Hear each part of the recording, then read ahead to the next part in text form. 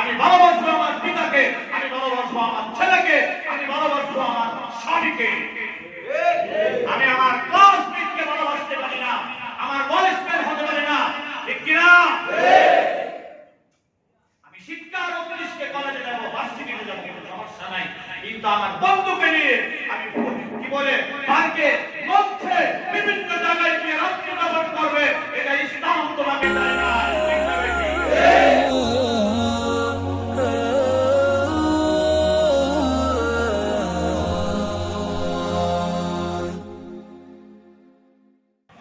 আল্লাহ পাক কোরআনে কারীমের মধ্যে বলে দিয়েছেন, ওয়ামা খালাকতুল জিন্না ওয়াল ইনসা ইল্লা লিয়াবুদুন।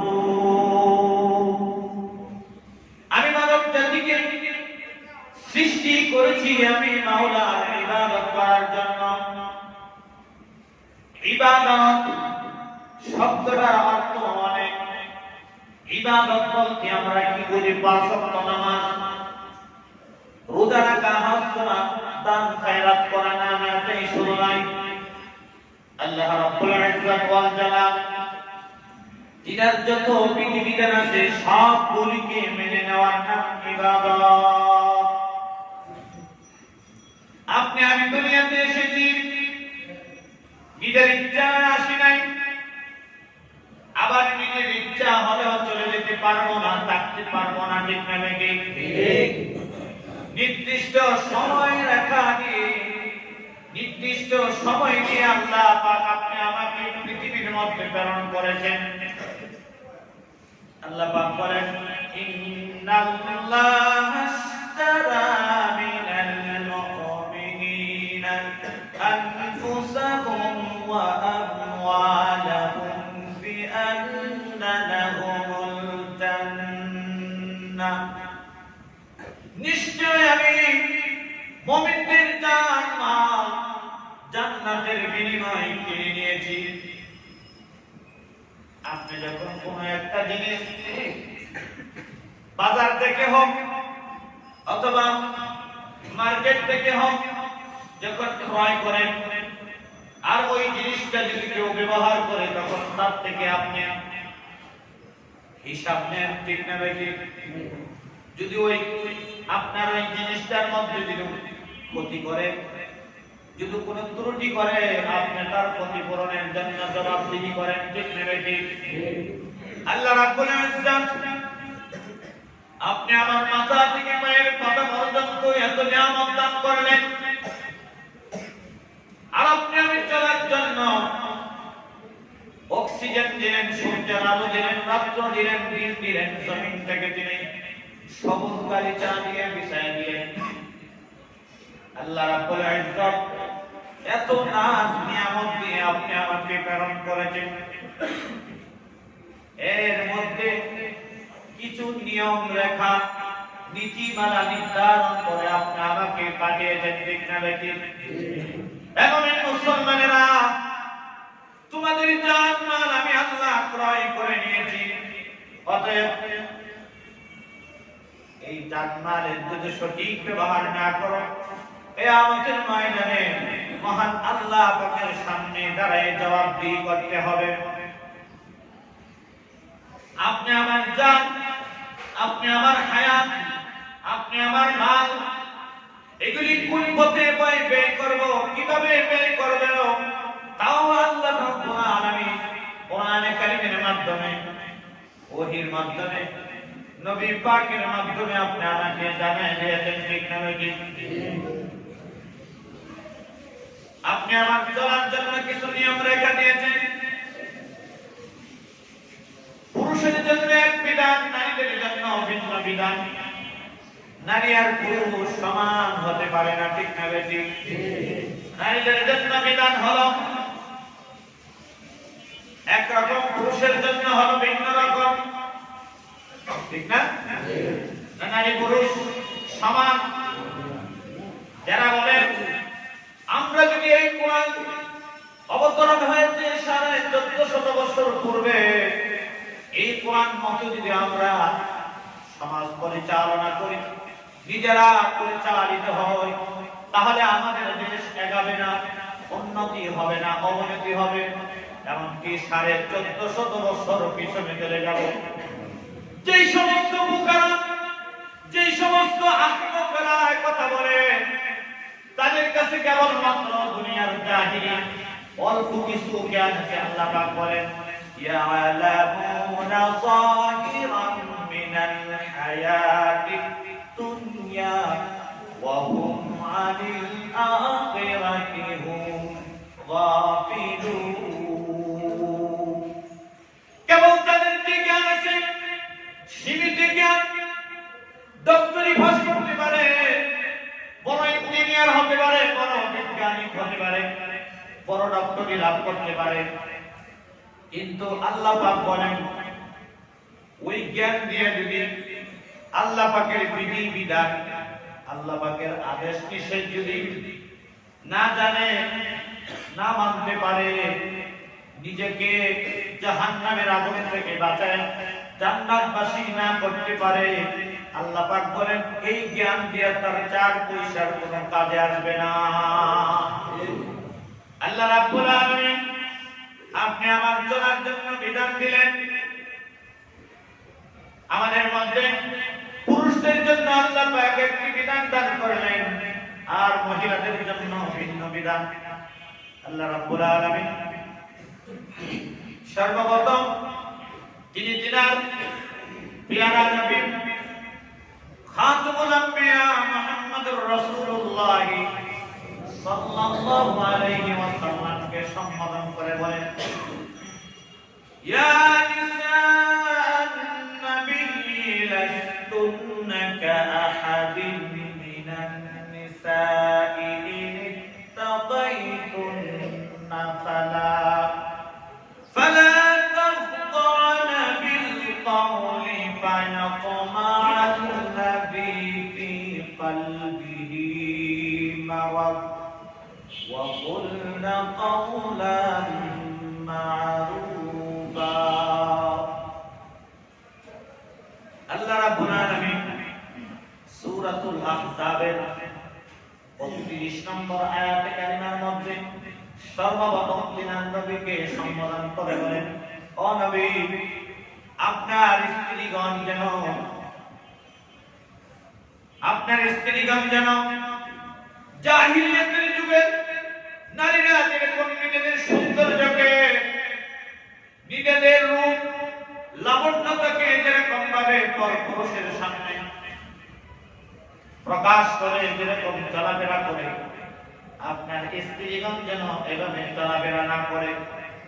সর্বপ্রথম আল্লাহ পাক তিনার নবীর স্ত্রীগণদেরকে সম্বোধন করে বললেন, তার মানে কি আপনি নবীর স্ত্রী যদি হন, নবীর সন্তান যদি হন, আর যদি আল্লাহ পাকের প্রেরিত বিধান মতো যদি জীবন ব্যবস্থা না করেন, নিজে না চলে, তাহলে কবরের আযাব, ময়দানে হাসরের হিসাব, মুক্তিরাত, জাহান্নাম থেকে বাঁচার কোনো পথ থাকবে না।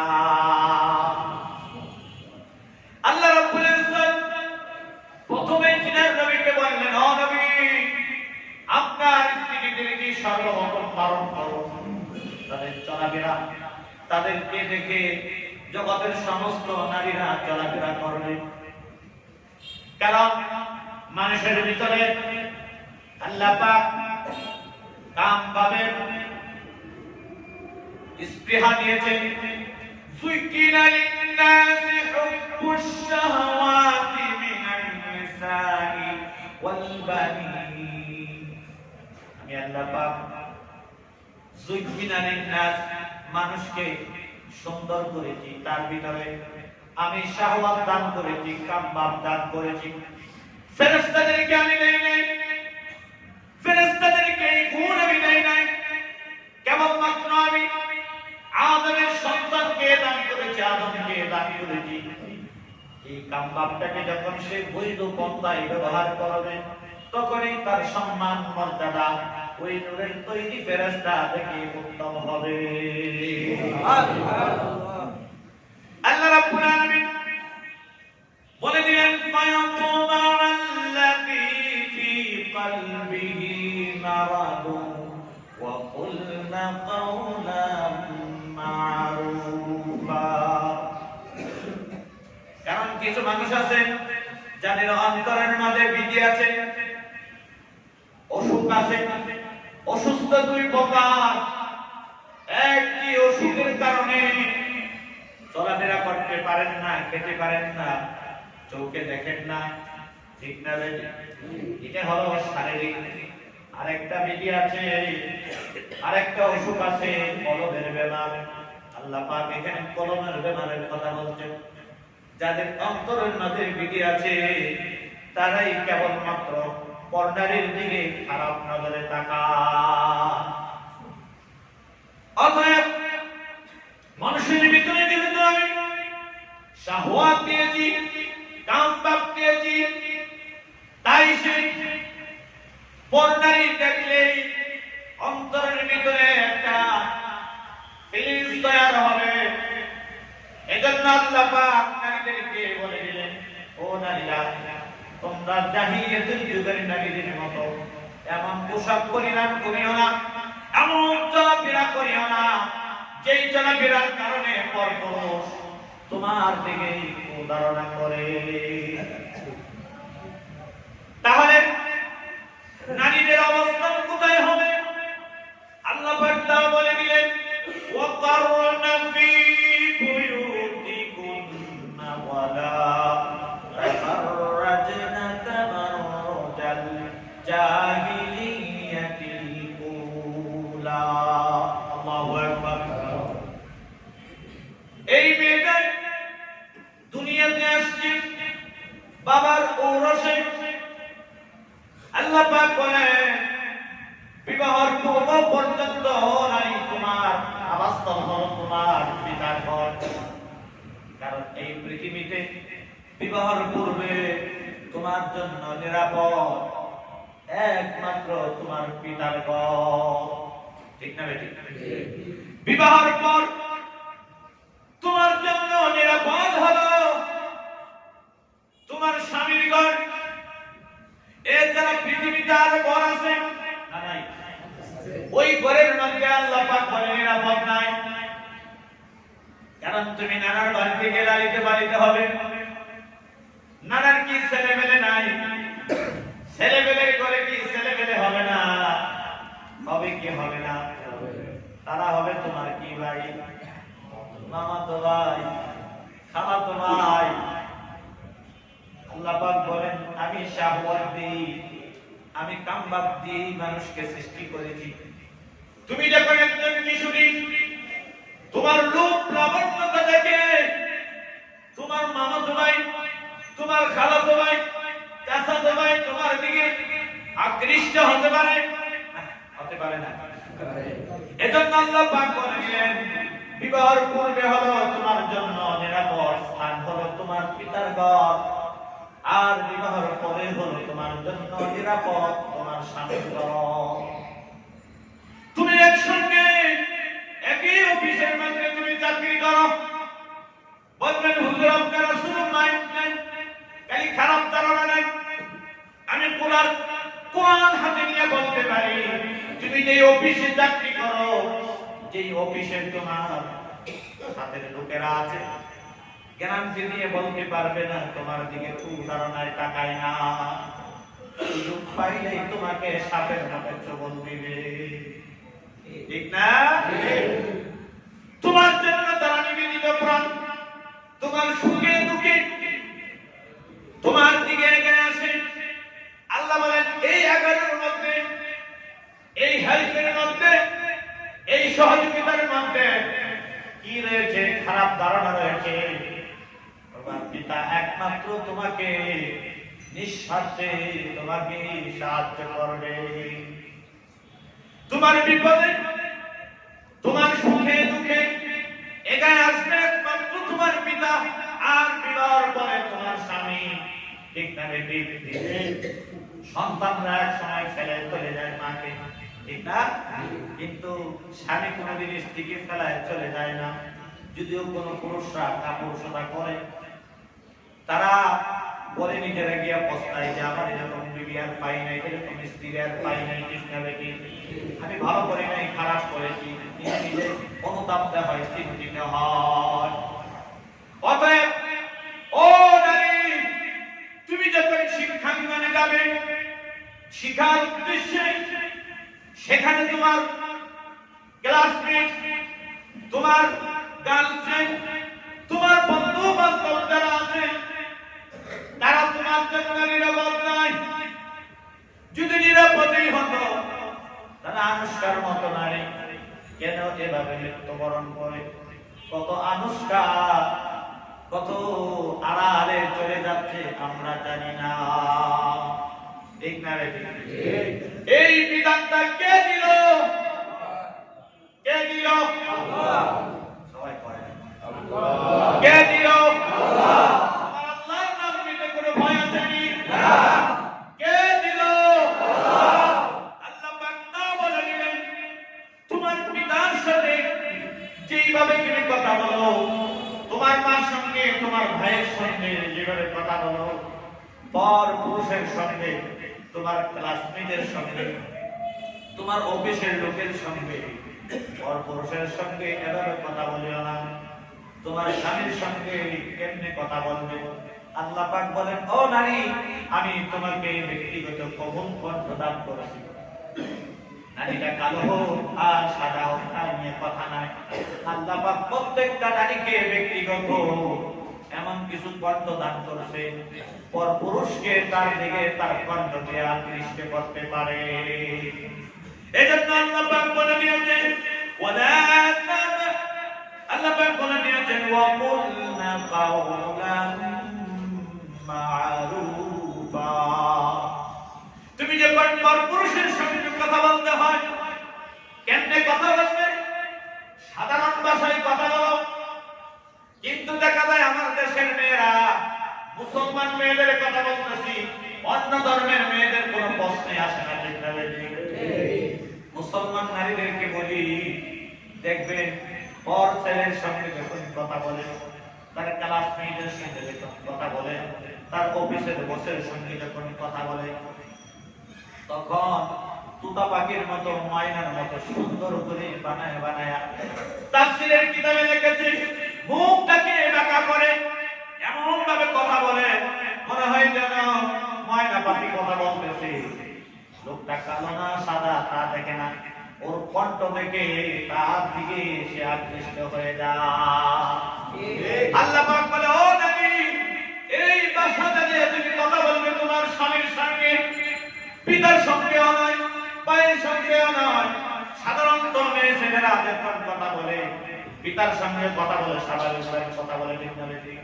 আল্লাহ পাক বলে দিলেন, তোমার জন্য তোমার যখন পর নারীর পর পুরুষের সাথে কথা বলার প্রয়োজন হয়, তখন তুমি কাওলাম মা'রুফা, কাওলে মা'রুফের ব্যাখ্যা তাফসীর লিখেছে, সাধারণ ভাষায় আমরা কথা লিখি, কথা বলবো। কর্কশ ভাষা মানে কি? কর্কশ ভাষার তাফসীরে মারিফুল কোরআনে এসেছে, কর্কশ ভাষায় যদি কোনো একটা মেয়ে কথা বলে, একটা উদাহরণ দিয়ে আপনাদের সামনে মনে করেন, আপনি আপনার বন্ধুর বাড়িতে গেলেন, বন্ধুর দরজায় গিয়ে সালাম দিলেন, বন্ধু আব্দুল খালেক আসেনি বাড়িতে, ঘরের ভিতর থেকে আওয়াজ আসলো আপনার বন্ধু বাড়িতে নাই। আব্দুল খালেকের একটা 18 বয়সের মেয়ে আছে, ওই মেয়েটার বিবাহ হয় নাই, তাহলে এই মেয়েটার বিবাহ লাগবে কি লাগবে না? এখন আপনি গেলেন বন্ধুর বাড়িতে, আর ওই মেয়েটা দিলে আপনার সঙ্গে রুক্ষ ভাষায় একটা কঠিন ভাষা দিয়ে যদি কথা বলে, আপনার মনে কষ্ট হবে, আসবে, আর আরো আপনার বন্ধু বান্ধবদের সঙ্গে বলবেন, আব্দুল খালেকের বাড়িতে গেলাম, মনে হয় তার মেয়ে কথা বলছে, মেয়েটা এত বড় বেয়াদব, মেয়েটা এত বড় খারাপ, এমন ভাষা দিয়ে কথা বলছে, এখন আমার মেয়ে আঘাত লাগে। এই জন্য মারিফুল কোরআনে আল্লামা শফি আহমদ পাকিস্তানের প্রাণ মুক্তি ছিলেন, তিনি মারিফুল কোরআনে তার ব্যাখ্যা লিখেছে, সাধারণ ভাষায় কথা বলবে, কর্কশ ভাষা বলতে, এমন ভাষায় কথা বলিও না যেটা তুমি সমালোচনার পাত্র হয়ে যাও। কারণ এই মেয়েটার জন্য যখন প্রস্তাব আসবে, হঠাৎ যদি কোনো মানুষ জিজ্ঞেস করে থাকে ওই বন্ধুকে যে তোমার বন্ধুর যে মেয়েটা কেমন, তোমার সাথে তো চলাফেরা আছে, তার বাড়ি ঘরে দেখে দাও, তার স্বভাব চরিত্র সম্পর্কে তুমি অবগত আছো, কি অবস্থা? ওই বন্ধু খারাপ রিপোর্ট দিবে না, ভালো রিপোর্ট দিবে, বলেন না? এজন্য আল্লাহ বলেছেন, ও নারী, তোমার পাকানো কণ্ঠ দিয়ে তুমি কথা বলিও না, চিকন সুরে কথা বলিও না, সাধারণ যেভাবে তোমার মার সঙ্গে, বাবার সঙ্গে, ভাইয়ের সঙ্গে কথা বলো, এই ভাষায় কথা বলো। পরপুরুষের সাথে যদি প্রয়োজন হয়, এটাকে বলা হয় যে ওয়াকুলনা কাওলা মারুফা।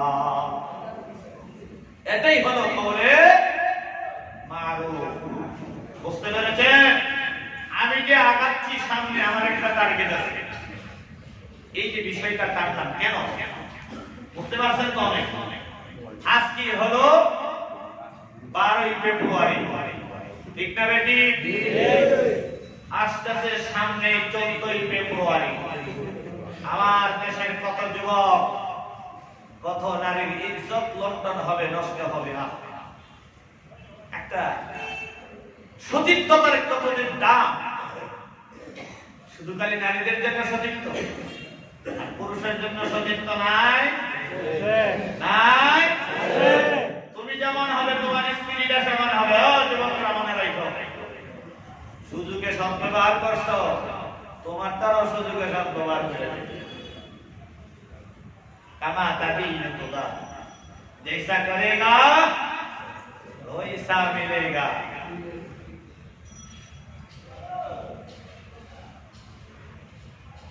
তাহলে ও নারী, তোমার জন্য বিবাহের পূর্বে তোমার আবাসস্থল হবে নিরাপদ। তোমার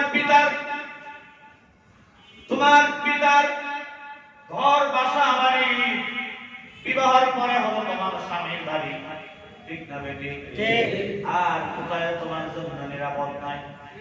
তোমার টিচারদের সঙ্গে, তোমার মাস্টারদের সঙ্গে, উস্তাদদের সঙ্গে, বন্ধুদের সঙ্গে গেলা কক্সবাজার শিক্ষা সফরে, ঠিক না বেটি? সুযোগ পাইলে ওই লুচ্চা মাস্টাররাই তোমার সাইজ করবে, কারণ তোমারে যে আল্লাহ বানাইছে, তোমার মাস্টাররাও সে আল্লাহ বানাইছে। আল্লাহ জন্য বলেছেন, ফায়াতমা আল্লাযী ফি কলবিহি মারাদ, কারণ তাদের অন্তরের মধ্যে বিধি আছে। তুমি ছাত্রী, নাকের দাম দেখবে না, কারণ তোমার শরীরের গঠন, তোমার চেহারার লাবণ্যতা দেখে তোমার দিকে তার ফিলিংস তৈরি হবে, তোমার দিকে তার কাম ভাব সৃষ্টি হবে। অতএব সুযোগ পাইলে তোমার সঙ্গে এমন আচরণ করবে, তোমার জীবন নস্বাত হয়ে যাবে।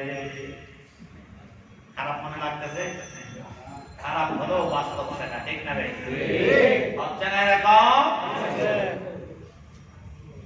আল্লাহ বলে, আমি তোদেরকে সৃষ্টি করছি, আমি জানি না তোরা জানো? মাস্টারি করো আমার সাথে।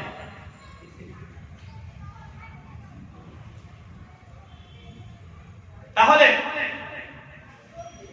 নারীরা কি ঘরে বন্দী হয়ে থাকবে? আল্লাহ কথা বলেন, ও নারী,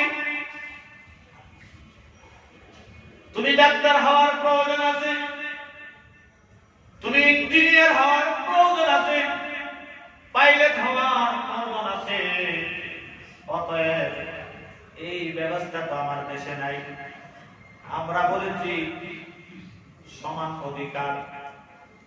কোরআন মহিলা মেয়েদেরকে শুধু বাবার ত্যায্য সম্পদের ব্যাপারে আল্লাহ পাক বলেছেন, মেয়েদেরকে সিঙ্গেল দাও, ছেলেদেরকে ডবল দাও।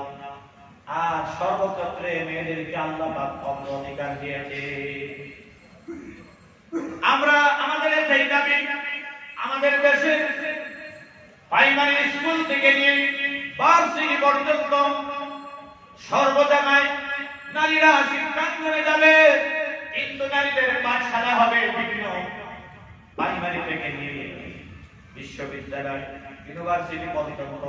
তাদের জন্য আলাদা বিভাগ থাকবে, তাদেরকে পুরুষে পড়াবে না, পুরুষে তাদেরকে শিক্ষা দিবে না, একমাত্র তাদেরকে শিক্ষা দিবে নারীরা।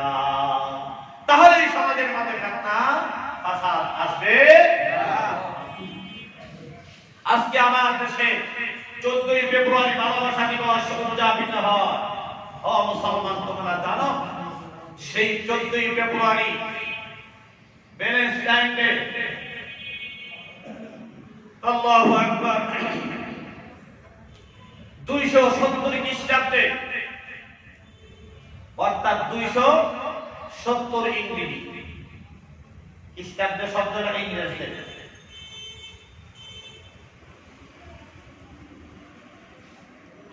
ওই জমানার যে বাদশা ছিল তার নাম ছিল কেডিয়াস। সে যুদ্ধ করতে বেশি পছন্দ করত। আচ্ছা বলুন তো, যুদ্ধ করার জন্য কাদের প্রয়োজন? যুদ্ধ করার জন্য কাদের প্রয়োজন? আমার দেশে যে নৌবাহিনী বলেন, পুলিশ বাহিনী বলেন, সেনাবাহিনী বলেন, নিয়োগ দেয় 80 বছরের বুড়া কারে নেই, 20 বছরের যুবক তরুণদেরকে নেয়। অতএব এই বাদশা যুদ্ধ খুব পছন্দ করত। তাহলে যুদ্ধ করার জন্য যুবকের প্রয়োজন। ওই দেশের যুবকরা বলে, আমরা মরতে রাজি নয়, আমরা রক্তপাত ঘটাতে রাজি নই, কারণ আমাদের সামনে ভবিষ্যৎ আছে, আমরা বিবাহ শাদী করব, সংসার করব, আমাদের ভবিষ্যৎ আছে। বাদশার লক্ষ্য উদ্দেশ্য পূরণ হয় নাই। বাদশা বলে যে আমার একটা কাজ করতে হবে, পুরুষদের মধ্যে, যুবকদের মধ্যে বিবাহ শাদী বন্ধন বন্ধ করে দিতে হবে। নাউজুবিল্লাহ, বিবাহ শাদী বন্ধ করে দিতে হবে। তাহলে যুবকরা বাঁচবে কেন? আমাদের বাংলাদেশে এখনো চালু হয় নাই, চেষ্টা আছে। নাস্তিকের বেঈমান খোদার দুশমনেরা এই অপকর্ম আমার দেশে চালু করতে তারা চেষ্টা আছে। ইউরোপ আমেরিকাতে যা ওপেন চলাফেরা, ওপেন যা হচ্ছে, এই জন্য আমার দেশে শতকরা 80% ছেলে অথবা 85% এখনো 12 সন্তান জন্ম নেয়, আর 15% কি অথবা 25% ছেলে হয় যার ঠিক না বেটি। কিন্তু ইউরোপ আমেরিকার অবস্থা এমন করুন, তাদের দেশে 50 থেকেও আরো বেশি যার সন্তান সমাজে জন্ম নেয়। এটা একমাত্র কারণ হলো তাদের অবাধ চলাফেরার কারণ।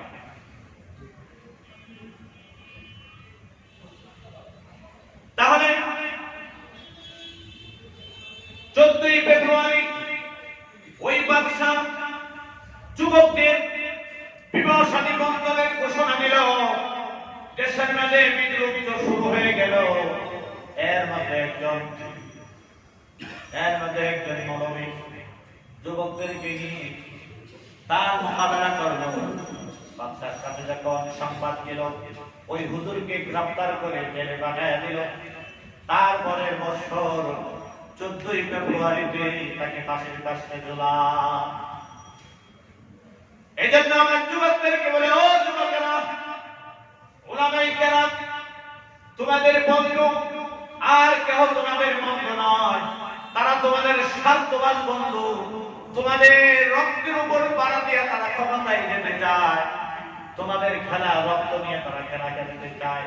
কিন্তু আলেম সমাজ, নবীদের উত্তরসূরি, নাইবে নবীদেরকে বলা হয়, এই আলেমরাই তোমাদের প্রকৃতপক্ষে বন্ধু, যারা দুনিয়াতে তোমাদেরকে সৎ মুসলমান বানাইতে চায়, কবরের আযাব থেকে তোমাকে মুক্তির ব্যবস্থা করে, কবরের আযাব এবং ময়দানে হাসরে হিসাব নিকাশ যেন তোমার সহজ হয়ে যায়, তোমার শেষ ঠিকানা তুমি যেন জান্নাত পর্যন্ত পৌঁছতে পারো, এই পরামর্শ দেই। এই জন্যই রাত্রি দিনে উলামায়ে কেরাম মাথা কাটা। আর বাকি যারা আছে সকলেই স্বার্থবান, একমাত্র নবীর ওয়ারিস আলেম ওলামারাই তোমাদেরকে সঠিক পথের পথে, সঠিক পথ তোমাদেরকে দেখায়। ঠিক না রে?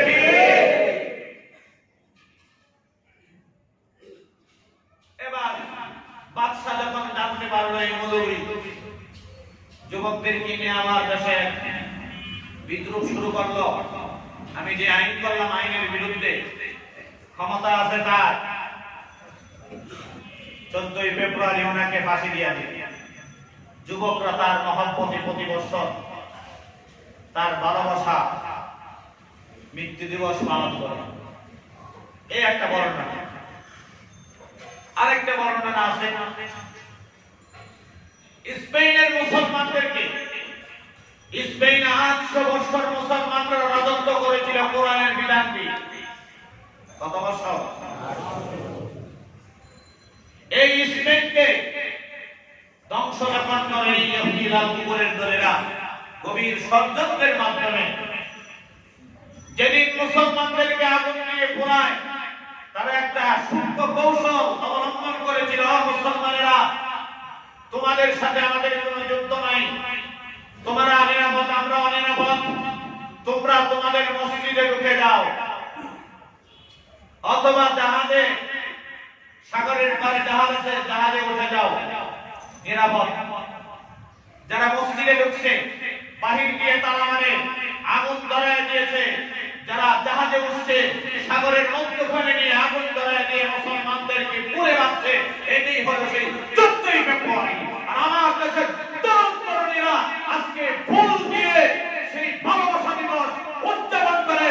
ও মুসলমান, যারা চায় মুসলমানদের হত্যার দিবসকে ভালোবাসা দিবসের নাম দিয়ে বেহায়া দিবস পালন করতে চায়, কোন মুসলমানের মেয়ে ছেলেরা এই দিবস পালন করতে পারে না। আমার দিন হলো আমার নসিহত, আমার দিন আমাকে শিখিয়েছে আমি ভালোবাসবো আমার মাকে, আমি ভালোবাসবো আমার পিতাকে, আমি ভালোবাসবো আমার ছেলেকে, আমি ভালোবাসবো আমার স্বামীকে। আমি আমার ক্লাসমেটকে ভালোবাসতে পারি না, আমার বয়স্কের হতে পারি না, ঠিক কিনা? আমি শিক্ষার উদ্দেশ্যে কলেজে যাবো, ভার্সিটিতে যাবো, কোনো সমস্যা নাই, কিন্তু আমার বন্ধুকে নিয়ে আমি কি বলে পার্কে, মঞ্চে, বিভিন্ন জায়গায় গিয়ে রাত্রি যাপন করবে, এটা ইসলাম তোমাকে দেয় নাই, ঠিক না বেশি? এটাই চাই আমার দেশের তরুণ তরুণীদের ভিতরে ইসলাম জিনিসটাকে ভুলাইয়া পশ্চিমাদের কালচার ঢুকাতে চায়। আজকে দেশে অবস্থা কেন? পিতাকে সন্তানরা মারধর করে, মেয়েরা পিতাকে কর্তৃকে পিটায় বের করে পত্র পত্রিকায় আসতেছে না। কারণ কি? এগুলি কিন্তু ধর্মীয় ফ্যামিলির মধ্যে পাইবেন না, এগুলি ওই জানোয়ারদের ফ্যামিলির মধ্যে পাইবেন। স্ত্রী গেছে এক যুবকের সাথে, আর লুচ্চা যুবক স্বামী গেছে আরেক মেয়েকে নিয়ে, ঠিক না? এখন ফারকে গিয়া দেখে কেউ ব্যাপার কি, তুমি কারে নিয়ে দৌড়াদৌড়ি করো, তুমি কারে নিয়ে করো, তো চলো চলো যাও, এসে তোমরা করে আবার বাসায়, ঠিক না? একমাত্র কোরআনের বিধান ছেড়ে দেওয়ার কারণেই হয়েছে। আল্লাহ পাক সকলকে এই 14ই ফেব্রুয়ারি নাফরমানি দিবস থেকে আমাদেরকে হেফাজত করো। আমরা ভালোবাসি সবচেয়ে বেশি আমাদের নবীকে। আমি যে হাদিস পড়ছি, হাদিসে বলছে মান আহাব্বা লিল্লাহ, কোন মানুষকে কোন মানুষ ভালোবাসবে আল্লাহ। আপনারা মসজিদের ইমামকে, খতিবকে, মসজিদের মুয়াজ্জিন খাদেমদেরকে, আলেম ওলামাদেরকে মহব্বত করেন আল্লাহ।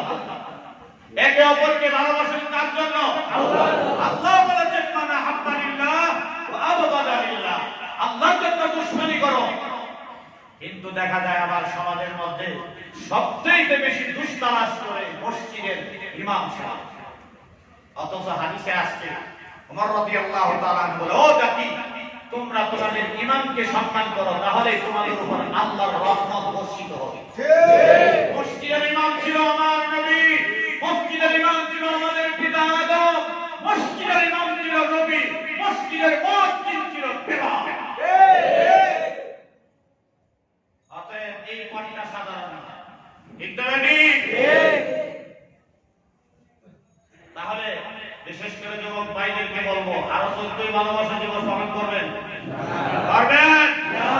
মসজিদে হাত তুলে কর আল্লাহ, অনেক জমানে হাত তুলে রাখবে।